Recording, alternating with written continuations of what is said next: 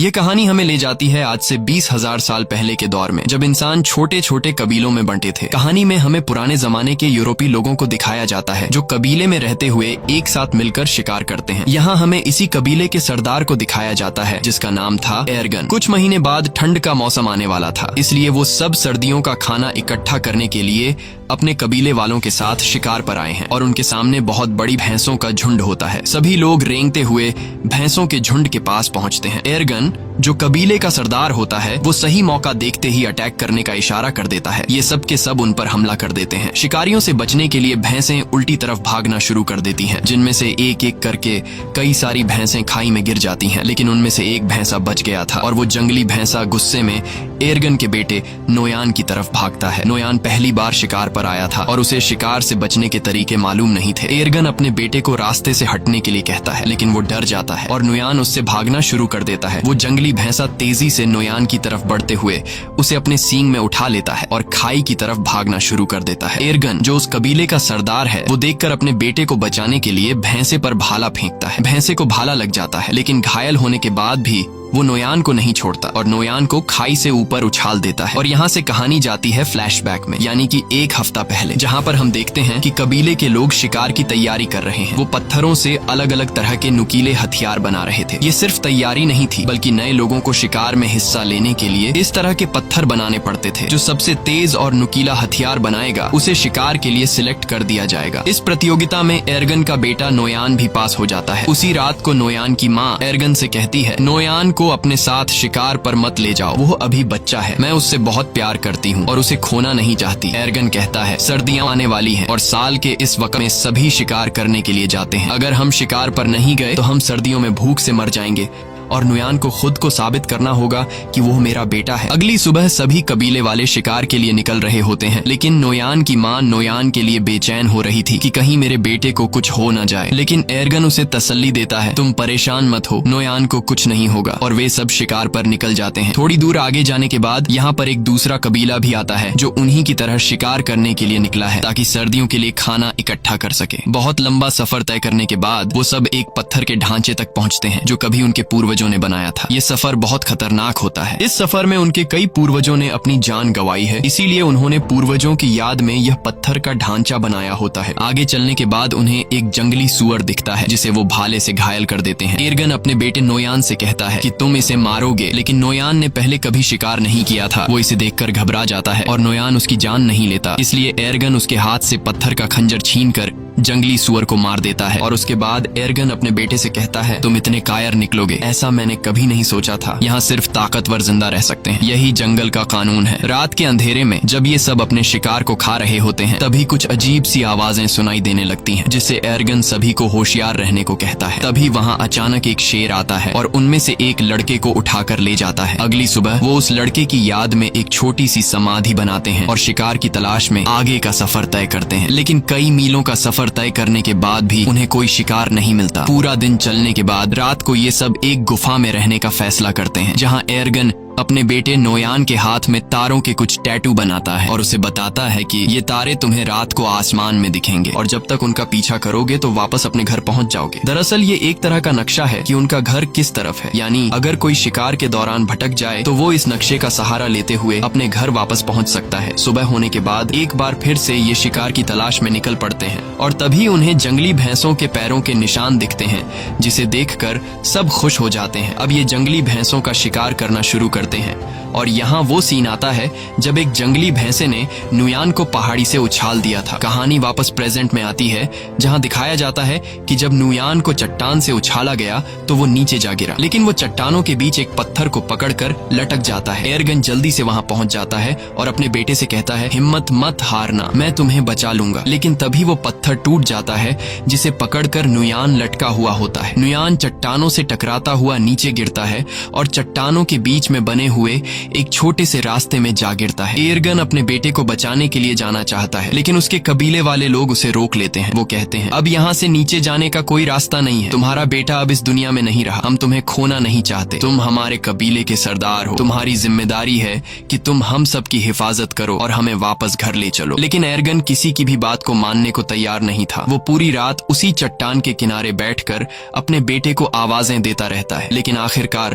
उसे समझ आ जाता है कि अब मेरा बेटा इस दुनिया में नहीं रहा। और अगली सुबह तक जब उसका बेटा नहीं आता तो उसके तमाम साथी नुयान की याद में वहां एक छोटा सा पत्थर का समाधि बना लेते हैं और अपना किया हुआ शिकार लेकर वापस कबीले की तरफ निकल पड़ते हैं। उनके जाने के कुछ देर बाद नुयान के ऊपर एक गिद्ध आकर बैठ जाता है और चोंच मारना शुरू कर देता है, मगर उससे पहले कि वो उसे खाता नुयान की आंख खुल जाती है। वो गिद्ध को नीचे फेंक देता है और उसके बाद वो अपने पिता को आवाज देता है, लेकिन उसे कोई भी जवाब नहीं मिलता। इससे पता चल जाता है कि सभी यहाँ से चले गए और अब उसकी कोई मदद नहीं कर सकता। वो हार नहीं मानता और चट्टान पर चढ़ने की कोशिश करता है, लेकिन वो ज्यादा ऊपर चढ़ नहीं पाता। नीचे बहुत गहरी खाई होती है और शायद किस्मत उसे जीने का एक दूसरा मौका देना चाहती है। कुछ ही देर बाद वहाँ तेज बारिश शुरू हो जाती है और बारिश की वजह से नीचे खाई धीरे धीरे नदी में बदलने लगती है। उसे समझ आ जाती है कि अगर उसे जिंदा रहना है तो उसे नीचे खाई में कूदना होगा। और जब नुयान को अंदाजा होता है कि पानी अब गहरा हो गया है, अगर वो छलांग लगा दे तो उसे कोई चोट नहीं आएगी। इसके बाद वो पानी में कूद जाता है, लेकिन पानी में गिरते ही वो बेहोश हो जाता है। अगले दिन जब उसे होश आता है तो वो खुद को दूसरी जगह में पाता है। ऊंचाई से कूदने पर वो बच तो गया था, लेकिन उसके पैर की हड्डी मुड़ गई थी। फिर वो अपने टूटे हुए पैर को लकड़ियों से बांधता है, जिससे वो चलने के काबिल हो जाता है। और फिर वो उस चट्टान के ऊपर पहुंचता है जहां से वो गिरा था। लेकिन वहां पहुंचकर जब वो देखता है कि उनके लोगों ने उसकी समाधि बना दी, जिससे वो रोने लगता है। वो समझ जाता है कि उसके पिता एर्गन और कबीले वालों ने ये यकीन कर लिया था कि नुयान मर चुका है। तभी अचानक उसे आसपास कुछ अजीब आवाजें सुनाई देती हैं और खतरे से बचने के लिए नुयान पेड़ पर चढ़ जाता है, जहां वो पूरी रात एक सूखे पेड़ के ऊपर गुजारता है। अगली सुबह जब वो पानी पीने जाता है तो वो भेड़ियों की एक झुंड को देखता है और वो भेड़िए तेजी से उसकी तरफ बढ़ रहे थे। तभी कुछ भेड़िए उस पर हमला कर देते हैं। नुयान वापस पेड़ की तरफ भागता है, लेकिन एक भेड़िया उसका पांव पकड़ लेता है। नुयान चाकू से उस भेड़िए पे वार करता है,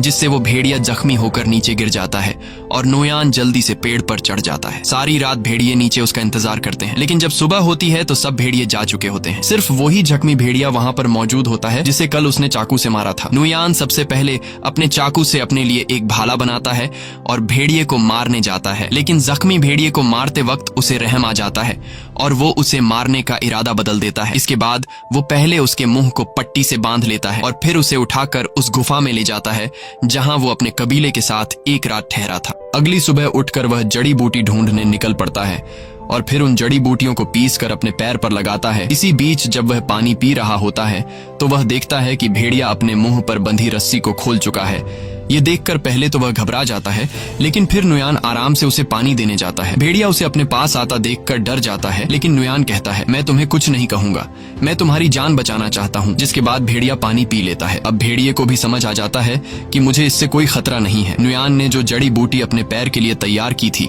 वह अब भेड़िए के जख्म पर लगा देता है और उसी वक्त नुयान वह कीड़े भी उसे देता है जो वह खुद खाता है। अब आहिस्ता आहिस्ता उन दोनों के बीच एक रिश्ता बनने लगता है। शाम होने से पहले नुयान एक खरगोश का शिकार कर लेता है, क्योंकि उसने कई घंटों से कुछ भी नहीं खाया था। रात को बड़ी मुश्किल से वह आग जलाकर उस खरगोश को पका लेता है और उसमें से कुछ हिस्सा भेड़िए को भी दे देता है।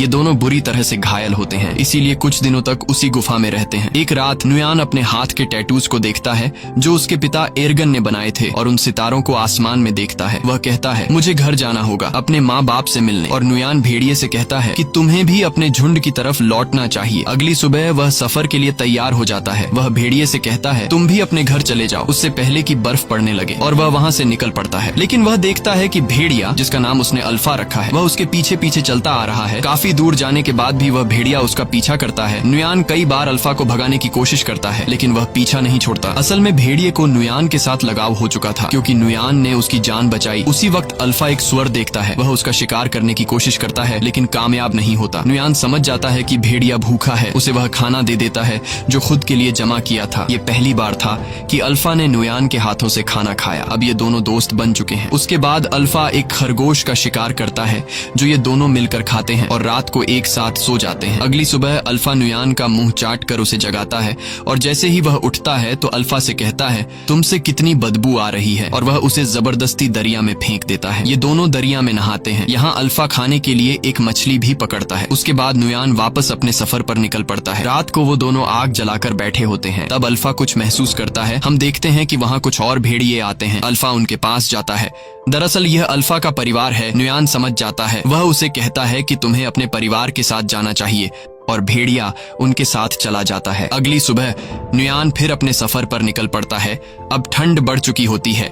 चारों तरफ बर्फ बरस रही होती है और नुयान उसी बर्फ में आगे बढ़ता है। तभी दूर से वह देखता है कि कुछ भेड़िए एक मरे हुए शिकार को खा रहे हैं, जिसमें अल्फा भी शामिल होता है। अल्फा को उसके साथी शिकार नहीं खाने देते हैं। नुयान उसे पहचान लेता है और दौड़कर अल्फा के पास जाने लगता है। तभी दौड़ते वक्त अचानक बर्फ टूट जाती है और नुयान उसमें गिर जाता है। दरअसल यह एक जमी हुई झील होती है। अल्फा को जब पता चलता है तो वह उसकी तरफ दौड़कर भागता है। वह उस बर्फ को कूदकर तोड़ने की कोशिश करता है, लेकिन बर्फ की परत काफी मोटी होती है, इसलिए वह इतनी आसानी से नहीं टूट पाती। पानी के अंदर नुयान की सांसें फूलने लगी थीं। फिर वो जैसे तैसे करके अपना चाकू निकालकर बर्फ की परत को तोड़ लेता है और पानी से ऊपर निकल आता है। और अब एक बार फिर से ये दोनों मिल चुके हैं। नुयान ठंड से बचने के लिए जल्दी से आग जला देता है और अपने कपड़े उतार कर शरीर को गर्म करता है। फिर अगली सुबह अल्फा को साथ लिए नुयान अपना सफर जारी रखता है। थोड़ा सा आगे चलकर उसे एक आदमी दिखाई देता है, जिसे देखकर वह बहुत खुश होता है। लेकिन जब करीब जाकर देखता है तो पता चलता है कि यह आदमी ठंड से जमकर मर चुका होता है। ये देखकर उसे बहुत दुख होता है। उसके बाद नुयान उस आदमी के टेंट के अंदर चला जाता है, लेकिन वहाँ उसे कुछ भी जरूरत का नहीं मिलता। जिसके बाद नुयान उस आदमी का तीर कमान ले लेता है